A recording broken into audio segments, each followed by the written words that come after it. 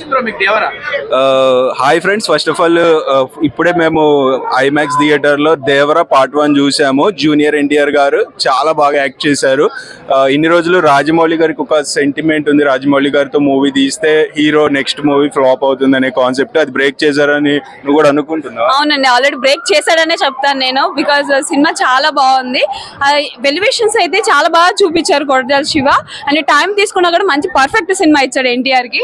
And మనకి స్టోరీతో పాటు fight scenes అయితే ఎక్సలెంట్. ఫస్ట్ ఆఫ్ ఆల్ ఈ మూవీ కంప్లీట్లీ సముద్రానికి సంబంధించిన మూవీ కాబట్టి సముద్రంలో అండర్ వాటర్ సీన్స్ కానీ, సముద్రం పైన తీసే సీన్స్ కానీ చాలా కాంప్లికేటెడ్ సీన్స్, అంత ఈజీ సీన్స్ కాదు. అవి నాకైతే బాగా నచ్చినాయి. నీకు ఎలా అనిపించినాయి అవి?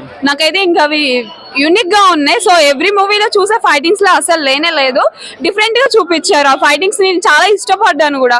లాస్ట్ ఫైనల్ క్లైమాక్స్ కూడా ఫైటింగ్ లోనే ఉంటుంది, బట్ చాలా బాగుంటుంది అది కూడా.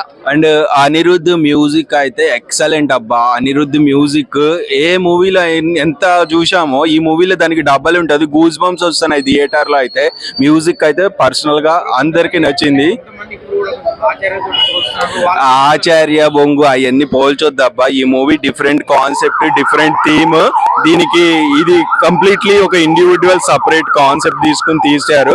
చాలా హార్డ్ వర్క్ తీశారు. ఈజీగా తీసిన ఫిలిం అయితే కాదు. మీరు హాలీవుడ్ మూవీస్ తో కంపేర్ చేసుకోండి అవసరం అయితే. అంత బాగా తీశారు. ఎలివేషన్స్, నెగిటివిటీ అనేది ప్రతి ఒక్కళ్ళలో ఉంటది.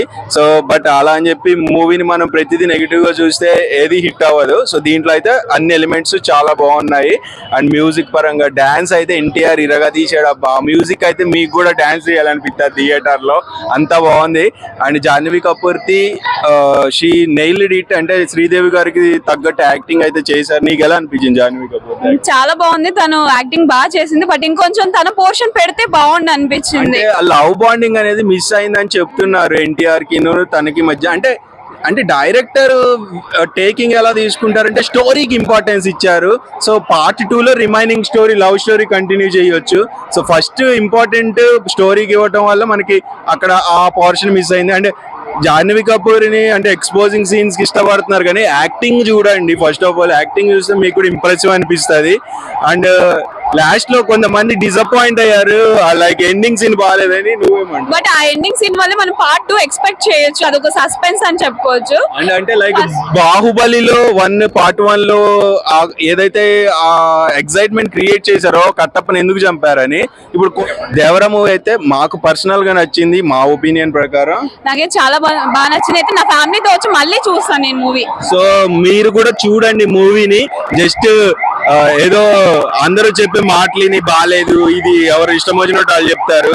బట్ మూవీ అయితే బాగుంది, మీకు కూడా నచ్చుద్ది పక్క. ఎన్నో చెత్త మూవీస్ ని మనం ఎంకరేజ్ చేస్తాము, అట్లాంటి టాప్ మూవీ ఆల్రెడీ చూసుకోవచ్చు. పోలీసులు కూడా హంగామా ఉంది. So thank you.